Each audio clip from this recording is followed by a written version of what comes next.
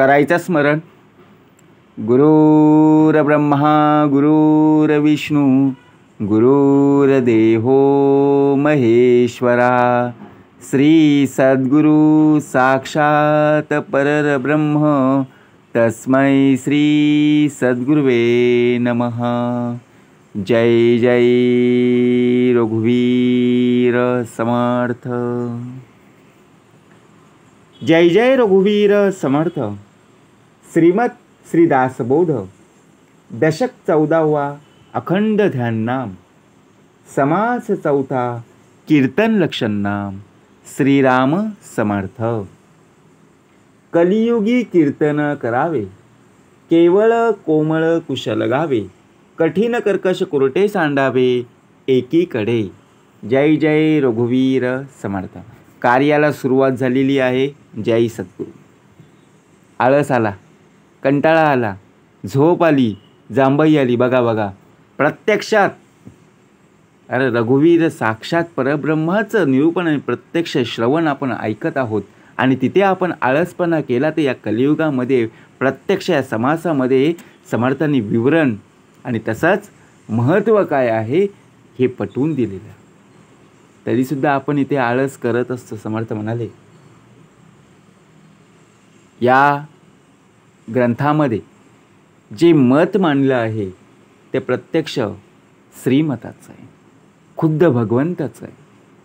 या बोधातून प्रत्यक्षपणे दास घडला पाहिजे यासाठी केला होता अट्टास. शेवटचा दिवस गोड व्हावा. आपण कुठे बघा प्रत्यक्षपणे आपण आळसामध्ये आहोत. आळस इतका आहे ना, तो आळसपणा प्रथमतः बाजूला सरला पाहिजे. मी देवाचा आणि देव माझा ही भूमिका आपल्यामध्ये असली पाहिजे. दशक 14वा दाखवला अखंड ध्यान नाम. कोणाच्या ध्यानामध्ये आपला देह असला पाहिजे. अखंड म्हणजे काय? ज्यामध्ये खंड नाही पडत असा. परंतु आपण स्वतःहून परमेश्वराच्या बघा ज्या प्रकारे परमेश्वराचं स्मरण असूनही आपण बाजूला सरतो. आपला देह त्या विषय वासनेमध्ये अडकतो. आपला देह त्या वाईट मार्गामध्ये जातो. माहीत असून सुद्धा आपण विचार करतो मला कोण पाहतोय. बरोबर की ना? पाहणारे सर्वजण असतात. फक्त आपणच डोळे झाकून ते कार्य करत असतो, त्या मार्गावर जात असतो. मग आपल्याला असं वाटतं की आपल्याला कोणीही पाहिलेलं नाही आहे. परंतु आपले डोळे बंद असतात, परंतु आजूबाजूचे लोक आपल्याला पाहत असतात. कारण हे मत आहे ते श्रीमताचे. लोकांचे मतांमध्ये जर आपण आत्तापर्यंत ऐकत आलो, काय साध्य झालं? अहो आत्तापर्यंत आपण तोंडावरच आपटलो, कारण ती लोकांची मतं होती. हे खुद्द श्रीमताचं वचन आहे, श्रीमताचं प्रत्यक्षपणे निरूपण आहे. आणि समास 4था जो दाखवला कीर्तन लक्षणं दाखवलीत. बरोबर की नाही? कीर्तन लक्षण ज्या प्रकारे श्रवण, कीर्तन, विष्णुस्मरण, पादसेवन, अर्चन, वंदन, दास्य, सख्य आणि आत्मनिवेदन नवविधा भक्तीचे प्रकार आहे. त्यातला हा कीर्तन लक्षण. त्याची लक्षणं आपण जाणून घेतली तरच हा आपल्याला समास प्रत्यक्षपणे अनुभवता येईल. करूया स्मरण. श्रीराम समर्थ. कलियुगी कीर्तन करावे केवल कोमळ कुशल गावे. कठीण कर्कश कुरटे सांडावे एकीकडे. कलियुगी कीर्तन करावे. आता आपण या पृथ्वी तलावर जन्म घेतलेला आहे. प्रत्यक्ष कोणत्या युगामध्ये आपण जन्माला आलो हे तरी आपण जाणलं पाहिजे. हे कलियुग आहे. प्रथमतः कृतयुग होतं, नंतर त्रेतायुग झालं, द्वापारयुग झालं आणि आता प्रत्यक्षपणे कलियुग आहे. कारण कृतयुगामध्ये पुण्याई होती, 100% पुण्याई होती. नंतर हळूहळू बघा द्वापारयुगामध्ये कमी झाली. बरोबर की नाही? कृते जनार्दनो त्रेताया रघुनंदन द्वापारे राम श्रीकृष्ण आणि आता कलो श्रीपाद श्री वल्लभ. एवढा भला मोठा सामर्थ्य असणारा अधिष्ठान आपल्या या देहाला प्राप्त करून दिलेला असताना सुद्धा आपल्यामध्ये अनेक प्रकारचे विचार येत असतात. ही शिकवण आपल्याला प्राप्त करून दिलेली असताना हे शिकवण धरिता चित्ती. परंतु या कलियुगामध्ये आपल्याला कीर्तन करायचं, आपल्याला कीर्तन लक्षात राहत नाही, आपल्याला उपासना लक्षात राहत नाही, आपल्याला मनाचे श्लोक आठवत नाही, परंतु कुठलाही गाणं वाजू दे बघा, लहान लहान पोरं लहान लहान पोरी त्या गाण्यावर नाचतात. न शिकवता हा ताल आला कुठून, हा लय आला कुठून? विचार करा. आतमध्ये फक्त बसलेलेच आहेत. कधी हा उठतोय ना कधी हा प्रत्यक्षपणे नाचतोय. कारण कलीने सुद्धा बघा वचन प्राप्त करून दिलेलं आहे. दिलाय ना दुसऱ्या समासामध्ये अध्यायामध्ये. काय सांगितलं की प्रत्यक्षात जर पाहायला गेलं त्या कलीला सुद्धा परमेश्वरांनी वचन जे आहे ते मोडायला लावलं. कलियुगामधला ज्या प्रकारे ज्याचे हृदय श्री सद्गुरु स्मरण, त्यासी कैचे भय दारुण, काल मृत्यू न भादी जाण, अपमृत्यू काय करे. ज्याच्या मुखामध्ये भगवंताचं स्मरण आहे, भगवंताची उपासना आहे, त्या देहाला अजिबात धक्का लागता कामा नये. का भाग दिलेला आहे, का सामर्थ्य प्राप्त करून दिलेलं आहे? कारण कलियुगामध्ये संपूर्णपणे जर पाहायला गेलो ना, थैमान घातलेला आहे. कोणीही कोणाला न बोललेलंच बरं, अशी आता अवस्था पाहायला मिळालेली आहे. आणि पुढे पुढे वर्णसंकर होणार आहे. कलियुगाचा दरवाजा उघडलेला आहे. आपण पाहतोय उघड्या डोळ्यांनी, पण बोलू शकत नाही. बोलायला गेलो तर फुकटच्या कली होतात ना, भांडणं होतात ना. म्हणून समर्थ म्हणाले कलियुगी कीर्तन करावे. काय लागतं कीर्तनाला, भजनाला, उपासनेला, भक्तीला? काय लागतं? काय नाही हो. काय परमेश्वर एवढाच फक्त विचार करतो ना, हा देह जो फुकट दिलेला आहे फुकट जाता कामा नाही. आपल्याकडे पैसे नसले तरी चालेल, आपण देवाला काही नाही वाहिलं तरी चालेल, पण प्रत्यक्षात त्याच्या स्मरणामध्ये राहा. एवढंच तर फक्त देवाची मागणी असते ना. देवाकडून काय अपेक्षा करायची? आपण देवाला रुपया देतो ना, त्याच्याकडून बघा प्रत्यक्षपणे लाख रुपयाची वस्तू मागत असतो. देवा मला ते दे, देवा मला ह्याव दे, मला त्याव दे. विचार करा. आधी कष्ट मग फळ.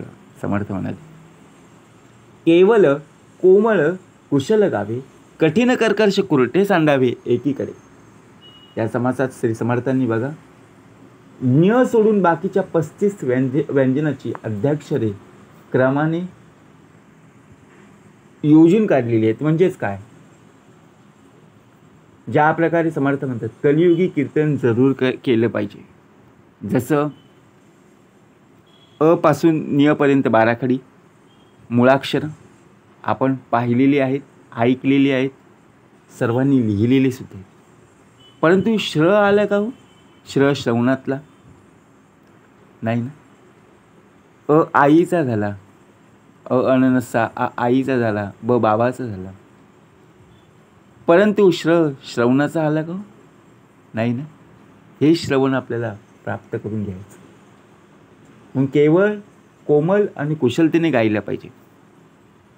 आपल्याला जो छंद असतो, आपल्याला गाण्याची आवड असते, गाणी बोलायची आपल्याला बघा एक छंद असतो, पण कुठलं गाणं कसं बोलावं, ताल सूर लय याप्रमाणे जर आपण त्या गाण्याची पूर्णपणे बघा वाटच लावून ठेवली, कोणी ऐकायला येईल का? नाही ऐकलं. जेव्हा लहान बाळ असायचा बघा, तेव्हा त्याला झोप येत नव्हती. तेव्हा आजी आजोबा, आई बाबा प्रत्यक्ष त्याला मांडीवर घेऊन बघा गाणी बोलायचे, आठवत असेल ना आपलं बालपण. निंबोनीच्या झाडाखाली, बघा प्रत्यक्षपणे निंबोनीच्या झाडामागे चंद्र झोपला ग बाई. काही शब्द चुकून माकून येत असतात, पण त्यांनासुद्धा माफी असावी ना, बरोबर की नाही. आपलं बालपण आपल्याला आठवतच असेल, परंतु आत्ताची मुलं बघा, आत्ताच्या मुली बघा, झोप नाही येत, घेतला मोबाईल, लावला गाणी, झोप मोड. तो पण नाचतो ना दुसऱ्यांना पण नाचवत आहे. हा आला कलीचा थैमान, बरोबर की नाही. म्हणून समर्थ म्हणाले, केवल कोमल कुशल गावे, कठीण कर्कश कुरटे सांडावे एकीकडे. खटखट खुंटून टाकावी, खळखळ खळांसी न करावी, खरे खोटे खवळून द्यावी, वृत्ती आपुली आपली वृत्ती दाखवलेली आहे. भांडण तंटा सोडून द्यावा. आपल्या घरामध्ये आपलाच भांडण तंटा होत असतो आणि दुसऱ्यांची मजा होत असते. आपण पाहतो ना, आपलं एका गोष्टीसाठी इतकं भांडण होतं ना, क्षुल्लक कारण, भलं मोठं कारण नसतं, क्षुल्लक कारण. काही नाही मिळालं, घेतलं घर डोक्यावर, प्रत्यक्षपणे वादाला वाद. हे समजून घेतलं पाहिजे. आपली वस्तू आपण जर ठेवली तर दुसऱ्यांना आपण बोलू शकणार नाही. आपली वस्तू पुन्हा बघा प्रत्यक्षपणे ती मिळाली की आपलं घर शांत होईल. परंतु त्या एका गोष्टीसाठी संपूर्ण आपण काय करत असतो, वातावरण खराब करत असतो. म्हणून भांडण आहे सोडून दिलं. दुष्टाशी खळखळ म्हणजे विरोध करू नये. आता आपली मैत्री असते, आपले काही बघा एकमेकांशी मैत्रीमध्ये मस्करी होते आणि ते बोलायचं बंद होतात. मग त्यांच्याशी जर पुन्हा परत बोलायला गेलो किंवा त्यांना जर आपण विरोध करायला गेलो तर किती आपण विरोध करायचा हो, किती त्यांना आपण डिवचायचं नाही ना. म्हणून खऱ्या खोट्याने वृत्ती खवळू देऊ नये. गर्व गाणे गाऊ नये, गाता गाता गळू नये, गोप्य गुज गरजू नये, गुण गावे. अभिमानाने कधीच गायचं नाही. हा आपला आवाज नाही आहे, हा भगवंताने दिलेली प्रत्यक्षपणे एक प्रकारे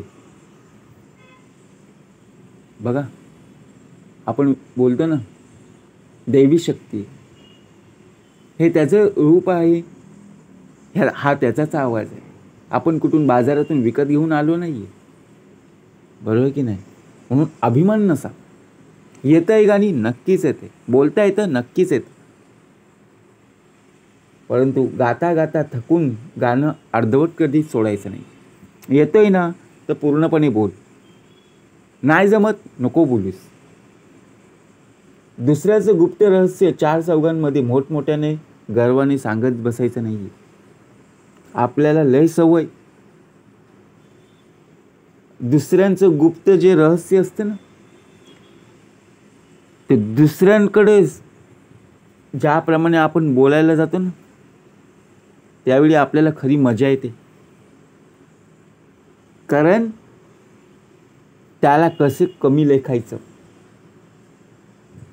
चार चौघांमध्ये त्याची इज्जत कशी जाईल हेच आपण पाहत असतो. म्हणून समर्थ म्हणाले, गर्व गाणे गाऊ नये आणि गाता गाता गळू नये, गोप्य गुज गरजू नये, गुण द्या. आता गुण काय आणि अवगुण काय. घष्टनी घिसनी घसमरणे, घसर घसरू घसा खाणे, घुमघुमची घुमणे योग्य नव्हे.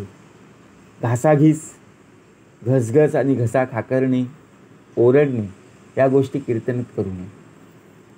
आता कीर्तनामध्ये भजनामध्ये अहो साधं आपण आरती बोलताना विचार करा, आले ना तर गणपती जय सद्गुरू, काय हो आरती बोलत असताना बघा घसा फाटेपर्यंत जोर जोरात बोंबलते. लोकांना दिसण्यासाठी आपली भक्ती नसावी. घसा दिलेला आहे, त्रास कोणाला हो, आपल्यालाच त्रास होणार आहे ना. तू मनातल्या मनात बोल किंवा प्रत्यक्षपणे हळुवारपणे जरी बोललास तरी तर देवापर्यंत पोहोचणार आहे. देव बहिरा नाही आहे की जोर जोरात बोललं पाहिजे. परंतु आपली भक्ती कशी, चार चौघांमध्ये शेजारी पाजारी असणाऱ्या लोकांना उठवायचं, आणि उठल्यानंतर आपला आवाज हळूवार करायचा. ही आपली भक्ती आहे ना. श्रावणातली भक्ती बघा. आणि श्रावण संपल्यानंतर बघा ते भक्तीचा पुस्तक कुठं, भक्तीचा ग्रंथ कुठं, तेच मिळत नाही. म्हणून समर्थाने दिला कसा भाग दिलेला आहे. घष्टनी, घिसनी आणि घसमरपणी. घसर घसरू घसा खाणे. आपली भक्ती चढाओढ नसावी, पुन्हा मागे येता कामा नये. बरोबर की नाही. घुमघुमूची घुमणे योग्य नव्हे. घुमते आवाज माईक दिलाय म्हणून बोंबलते, परंतु ती भक्ती योग्य नाही ना. जे आहे त्यामध्ये आपण प्रत्यक्षपणे उत्तम प्रकारे बोलणं, यातच खरं सामर्थ्य. नामा बघा, प्रत्यक्षपणे नाना नामे भगवंताची, नाना ध्याने सगुणाची, नाना कीर्तने कीर्तीची अद्भुत करावी. बघा, अद्भुत ज्याप्रमाणे भगवंताची नाना प्रकारची नावं, सगुणाच्या नाना रूपांची ध्यानयोग्य वर्णने, भगवंताची कीर्ती यांचं अद्भुत असं वर्णन या कीर्तनामध्ये केलं गेलेलं आहे. चकचक चुकावे ना, चाट चावट चळावे ना, चरचर चुरचूर लागे ना, ऐसे करावे. कीर्तनात चुका करू नयेत. भजन बोलताना बघा आपण चुकत असतो, उपासना करताना अडखळत असतो. शब्द असे काही कठीण असतात. शब्द क्लिअर, स्पष्ट, योग्यतेने आपण वापरले गेले पाहिजे. काही असतात, काही लोक असे असतात की प्रत्यक्षपणे चेष्टा करत असतात, मस्करी करत असतात. कुणाचं अंतःकरण दुखावेल असं कुणालाही कीर्तनामध्ये, भजनामध्ये, उपासनेमध्ये बघा प्रत्यक्षात कोणालाही बोलू नका. कारण ती व्यक्तीसुद्धा ऐकायला आली असते. आपण जर त्या व्यक्तीला कमी लेखलं तर शेवटी बघा त्या भगवंतालाच वाईट वाटतं ना. कारण त्या भगवंताने प्रत्यक्षपणे या देहाला आणलेला आहे आणि आपलासुद्धा देह हा भगवंताचाच आहे. मग आपल्याला बोलण्याचा अधिकार नाही आहे. जसं कर्म तसं फळ प्राप्त होणारच आहे. छळ छळना करू नये, छळिता छळू नये, छळणे छळना करू नये, कोणी एकाचे, कोणासही फसवू नये. उगीच कुणाचा छळसुद्धा करायचा नाही. आणि आपल्याला कुणी छळलं तर कुणाला आपण छळायचं नाही. बघा, आपल्याला लोक त्रास देणारी असतात, लोक बोलणारी असतात. जर आपण त्यांनाच परत बोलायला गेलो, त्रास द्यायला गेलो, शेवटी वाद वाढेल का कमी होईल? नक्कीच ना, वाढेल ना. बोलतायत ना, बोलू दे ना. अहो त्यांची पुण्याही संपेल, त्यांचं तोंड दुखेल. देऊ दे, किती शिव्या देत आहेत, किती बोलत आहेत, बोलू दे. आपण फक्त ऐकायचं. समर्थ काय म्हणाले? आपण ऐकायचं. जर आपण त्यांना बोलायला गेलो ते उद्या पुन्हा येतील आणि आपल्या दाराशी येऊन भुंकतील. बरोबर आहे की नाही? परंतु आपण जर आज त्यांच्याकडे दुर्लक्ष केले ना, तर उद्या बघा ते बोलायचंच बंद होतील. मग आपलं घर शांत होईल की नाही? एवढंच मात्र, एवढं निमित्त असतं की ही व्यक्ती, या व्यक्तीला कसं राग येईल हेच फक्त पाहत असतं. परंतु आपण विचार करायचा, विषय वाचण्याकडे आपला ध्येय आणायचंच नाही ना. क्रोध, मत्सर, राग कशाला यायचं? काय गरज आहे? जी जी जी जी म्हणावे ना, जो जो जागे तो तो पावना, जप जप जनी जनार्दना संतुष्ट करावे. कुणाची हाजी करायला जायची नाही हो. या ज्याची खावी पोळी त्याचीच वाजवावी टाळी ना. अरे तुला काय कमी पडलं, तुझ्या संसारामध्ये असो किंवा तुझ्या कार्यामध्ये काही असो, माग ना, परमेश्वराकडे माग. कोणाची हाजी करायला जात जाऊ नको. काय गरज पडली? जो जो जागृत असतो ना, तो खरा पावन होतो. आपण काय करत असतो?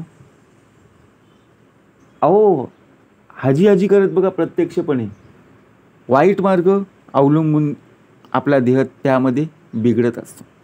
नंतर कळतं अरे हा मार्ग अवलंबला, हाच चुकीचा झाला. मग कशाला हाजी करायची?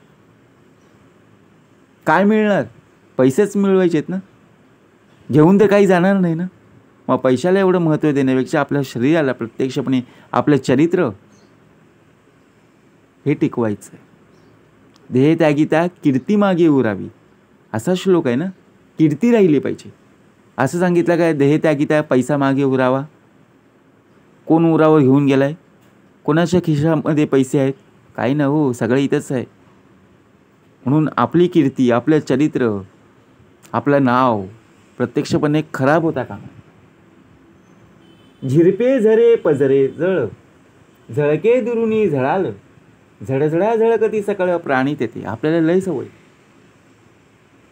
पाऊस पडला की आपलं त्या धबधब्याखाली जसा झरा वाहतो तिथे झिरपे आणि झरे यातून पाणी पाझरत असतो. बघा, उंचावरून जेव्हा पाणी पडतं ना, तेव्हा किती मजा येते. आपण आंघोळ करायला कंटाळतो.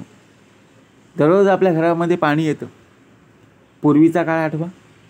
अहो, विहिरीवरून, तलावातून, बघा नदीवरून पाणी आणायचे.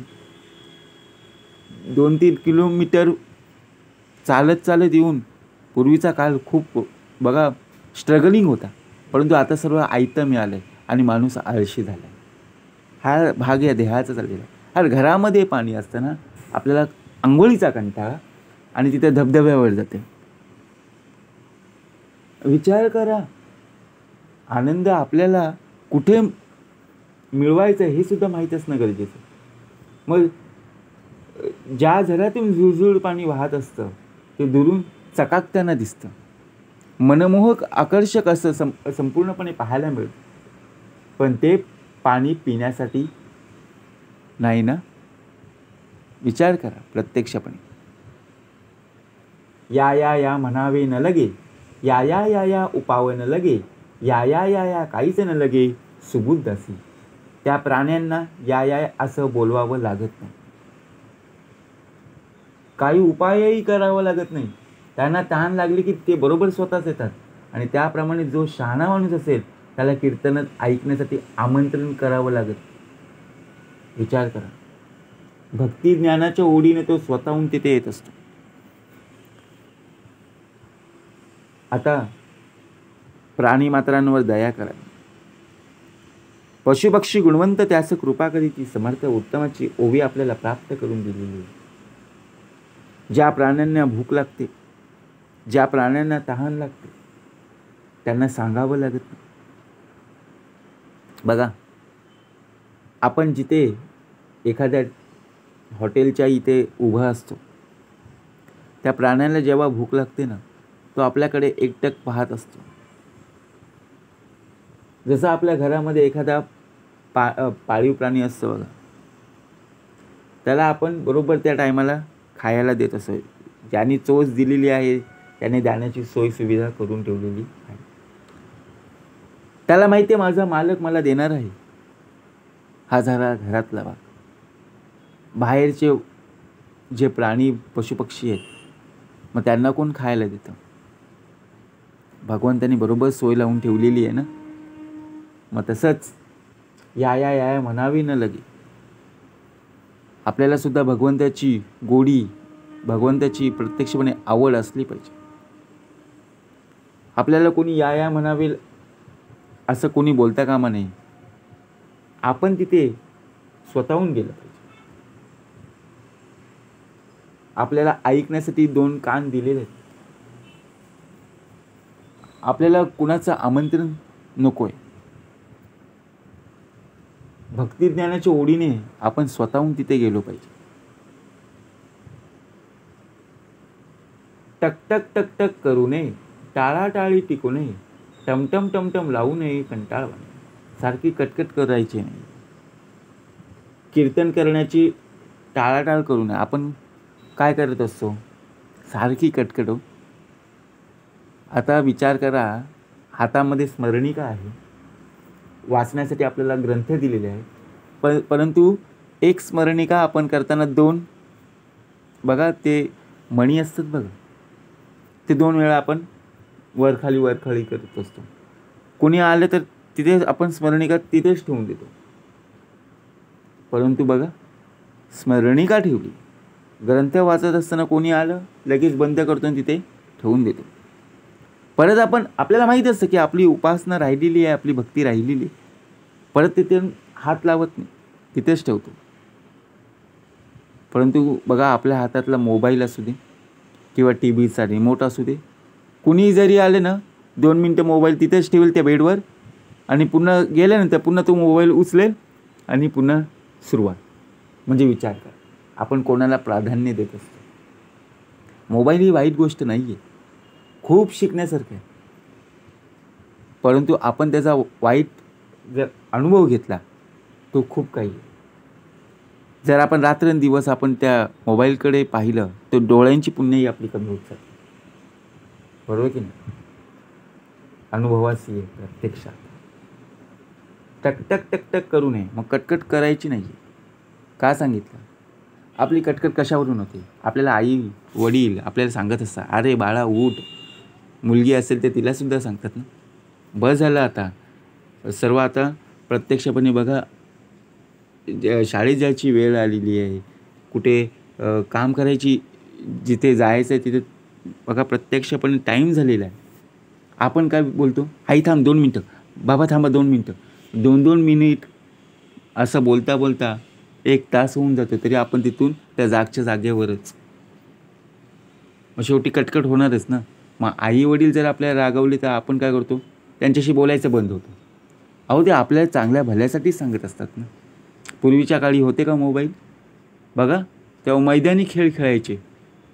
आताच्या मुलांना मैदानी खेळ खेळायला आवडत नाही, मोबाईलमध्येच गेम खेळत असतात. कसा होणार हो व्यायाम? टाळाटाळी टिकू नये, टमटम टमटम लावू नये, कंटाळवाणी बडबडही करू नये ना. मग आपण बडबड आपली चालूच असते. पुढचा भाग समर्थांनी प्राप्त करूनच दिलेला आहे. ठस ठोंबस ठाकावे ना, ठकठक ठकठक करावे ना, ठाके ठमके ठसावे ना, मूर्ती ध्यान. अडाणी आणि मंदमती माणसाची संगत धरू नये. आता कोणत्या माणसाची कशी संगत धरायची हे आपल्याला माहिती असणं गरजेचं आहे ना. आपलासुद्धा देह हा शिकला सवरलेला आहे ना. आता जर आपण वाईट माणसाची संगत धरली तर लोक आपल्याला चांगलं बोलतील का हो? मनुष्य बघूनच आपल्याला बोलते, अरे या व्यक्तीची संगत वाईट आहे. आपल्याला माहिती आहे व्यक्ती कसा आहे, पण लोकांनी पाहिलेलं आहे, लोकांच्या नजरेमध्ये ती व्यक्ती वाईट आहे आणि आपण जर त्याची संगत धरली तर आपण शेवटी वाईटच होऊ. मग लोक आपल्याला सुद्धा बोलते, अरे तू त्या व्यक्तीसोबत असतोस ना. मग शेवटी त्या व्यक्तीमुळे आपलं नाव खराब झालं. परंतु व्यक्ती खराब नसतो, व्यक्तीचे कर्म वाईट असतात. कर्मावरून आपली परीक्षा ठरत असते. आणि उगीच अर्थहीन कटकट करायची नाही. शब्दाला शब्द आणि अर्थ पहिला आपण समजून घेतला तर आपले अंतरंगात बघा, जसे आपण रंग एखादा चित्र काढलेलं असेल, त्या चित्रामध्ये जेव्हा आपण रंग भरतो तेव्हा त्या चित्राला कसा उजाला येतो. तो चित्र बघा प्रत्यक्षपणे नवीन दिसत असतो आणि खरं वाटत असतं. तसंच आपला हा देह, या देहामध्ये अनेक प्रकारचे रंग पाहायला मिळत असतात. ढिसाळ ढाळा ढळती कुंचे, ढोबळा ढसकन डुलेनाचे, ढळेची ना ढिगढिगांचे कंटाळवाणे.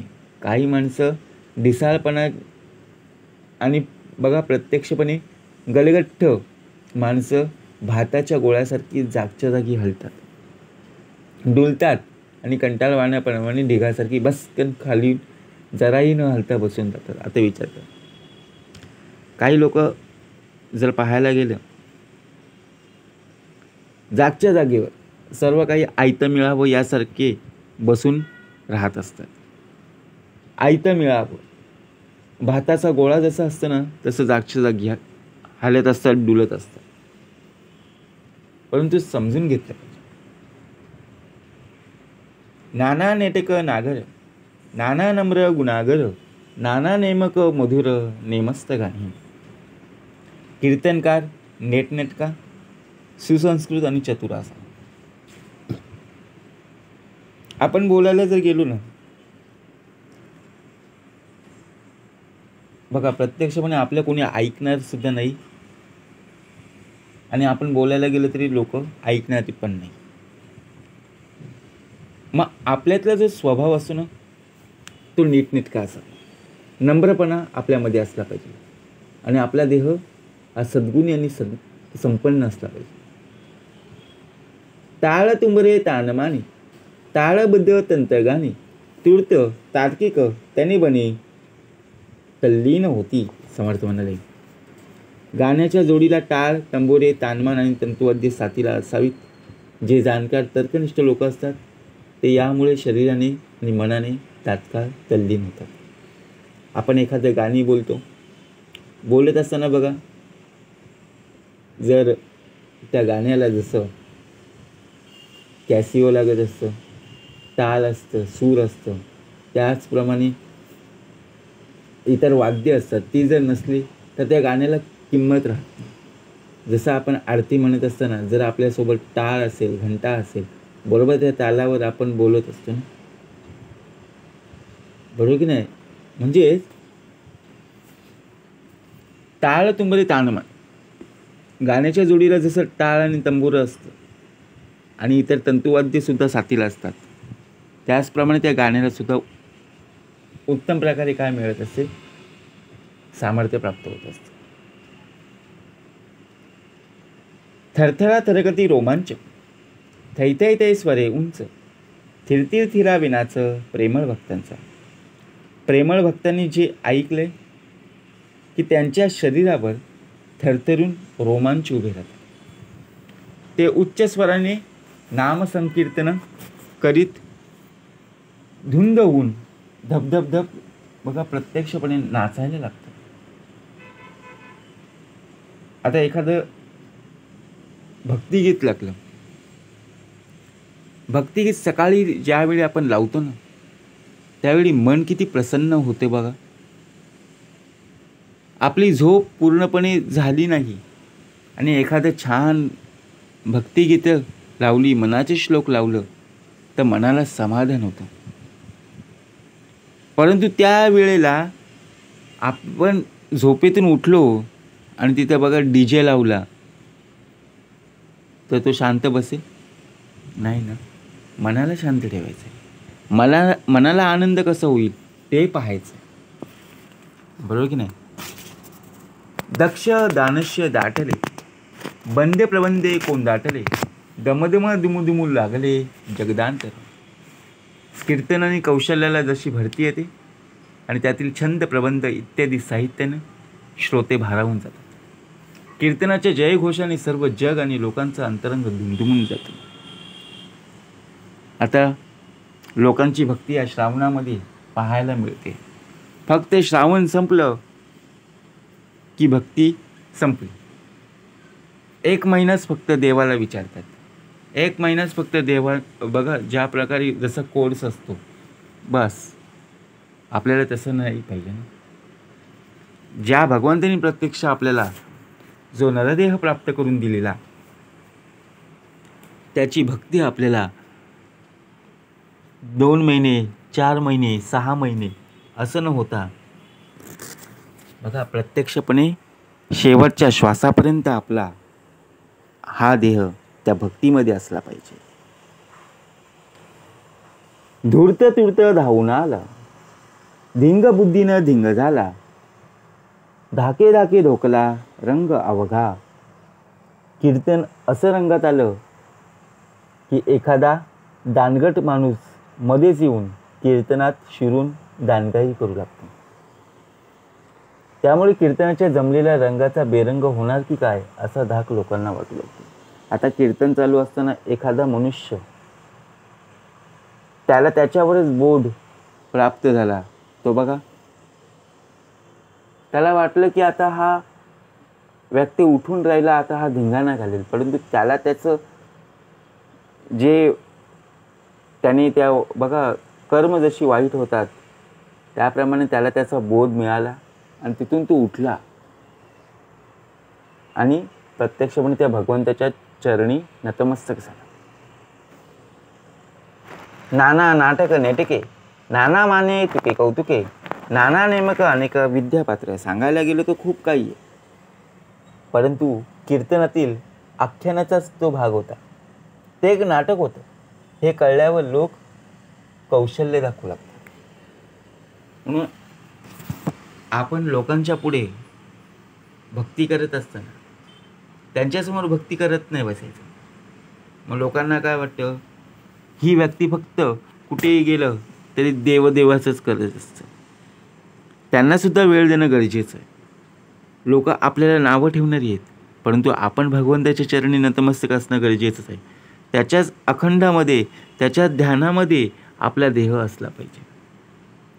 पाप पळून गेले दुरी, पुण्य पुष्कळ प्रगटे वरी, परतरतो परे अंतरी चटक लागे. पाप पळून गेले दुरी. आता पाप केव्हा दूर जाईल? असा सहजासहजी पाप दूर जाणार आहे? अहो, या कलियुगामध्ये पापच भरलेले आहेत. आपली कर्म चुकीची होत आहेत ना, त्यामुळे काय होतं की पाप वाढत जातं, पुण्याई कमी होते. पुण्याई वाढवायची. आता पुण्याई कशी वाढवायची? पाहावे आपणासी आपण. भावपूर्ण रसाळ कीर्तन जर आपण प्रत्यक्षपणे आपल्या मुखातून निघालं, स्मरण जर त्याचं केलं, तर नक्कीच पाप निघून जातील, पुष्कळ पुण्य प्राप्त होईल. परंतु लोकांना कीर्तन अत्यंत आवडल्याने, ज्याप्रमाणे बघा, आपण एखादा कार्यक्रम असतो, त्या कार्यक्रमामध्ये कोणीतरी व्यक्ती सांगायला येतं आणि त्या व्यक्तीचं बोध, प्रत्यक्षपणे त्या व्यक्तीचं बोलणं आपल्याला आवडत असतं. 1 तास कसा निघून जातो तर आपल्याला माहीत नसतं. आपल्याला असं वाटतं की अजून ऐकावं. परंतु बघा, 3-4 तासाचा कार्यक्रम असतो, गाण्याचा, डान्सचा कार्यक्रम असतो. तिथे 3-3 तास बसून राहतो, परंतु तिथे कंटाळा कधी येत नाही. फुकट फाकट फटवणे नाही, फटकळ फुगडी पिंगा नाही, फिसे फटकट फोल नाही, भकाद्या निंदा. अशा कीर्तनात उगीच फुकट फाकट कुणाला फसवणं गरजेचं नाही आहे. आणि फुटकळ फुगडी पिंगा इत्यादी धांगडधिंगा नाही, तर उगीच कुणाची फुसकी व्यर्थ फिकी कायकळी आणि निंदा गरजेची नाही. बरे बरे बरे म्हणती, बाबा बाबा उदंड करती, बळे बळेची बलाविती कथे लागी. अशा कीर्तनाला लोक बरे म्हणून वाखाणतात आणि कीर्तनकाराला बाबा बाबा म्हणून त्याचा मान सन्मान करतात. आपण पाहतो, भला भला भला लोकी, भक्ती भावे भव्य अनेकी, भूषण भाविक लोकी परोपकारे. लोकात त्याचा भला भला म्हणून नावलौकिक होतं आणि भक्तिभावामुळे अनेक लोकांना तो भव्य म्हणून उठून दिसतो. त्याच्या परोपकारी वृत्तीमुळे भाविक लोकांना तो भूषणास्पद वाटत असतो. मानेल तरी मानावे मने, मत्त न व्हावे ममतेने, मिमी मिमी बहुतजने म्हणजेत आहे. हे मी जे म्हणतो ते तुमच्या मनाला पटेल तर तुम्ही मानावं. आसक्तीने उन्मत्त होऊ नये. आणि अनेक लोक मीपणाचा अहंकार करतात. आपल्यामध्ये कधी मीपणा नसावा हो. आपल्याला काय वाटतं की आपल्याकडे सर्व काही आलं तर आपणच श्रेष्ठ का? नाही. एक टोकत्या एकापासी, एक येऊन येती झडीसी, या या या या असे तयासी म्हणावे न लगे. काही कीर्तनकार लोकांना मी तुमच्याकडे कीर्तनास येतो असं म्हणून बघा त्यांच्या मागेच लागतात. आमच्याकडे या असं त्यांना म्हणावेच लागत. इथे कोणाला उद्देशून म्हटलेलं नाही आहे, परंतु या ओवीमध्ये एक टोकत एकापासी, टोकतायत त्यांना म्हणजे काय बोलतायत. येऊ येऊ येती झडेसी, या या या या असे त्यासी म्हणावे न लगे. राग रस रंग रसाळ सुरंगे, अंतरस रागिंत रंगे, रत्न परीक्षा रत्नामागे धावती लोक. रत्नाची पारख करणारे लोक ज्याप्रमाणे रत्नाचा सुगावा लागला की त्यामागे धावत असतात, त्याप्रमाणे रागदारीसह होणारे रसाळ भक्तिरसात रंगलेले असे सृषावी कीर्तन जेथे होतं तेथे जाणकार लोक आपणहून धावत येतात. लवलवा लवती लोचन, लकलका लकले मन, लपलपो लपती जन आवडीने. असे कीर्तन ऐकताना लोकांचं डोळं अश्रूंनी भरून येतात. त्यांचं मन चकित होतं आणि अत्यंत आवडीने आणि घाई गर्दीने त्या कीर्तन ऐकण्यास येत असतात. वचने वावगी वदेना, वावरे विवरे वसेना, वगत ऋत्वे निवती जना, विनीत हो. उत्तम कीर्तनकार कीर्तनात वावगा शब्द बोलत नाही.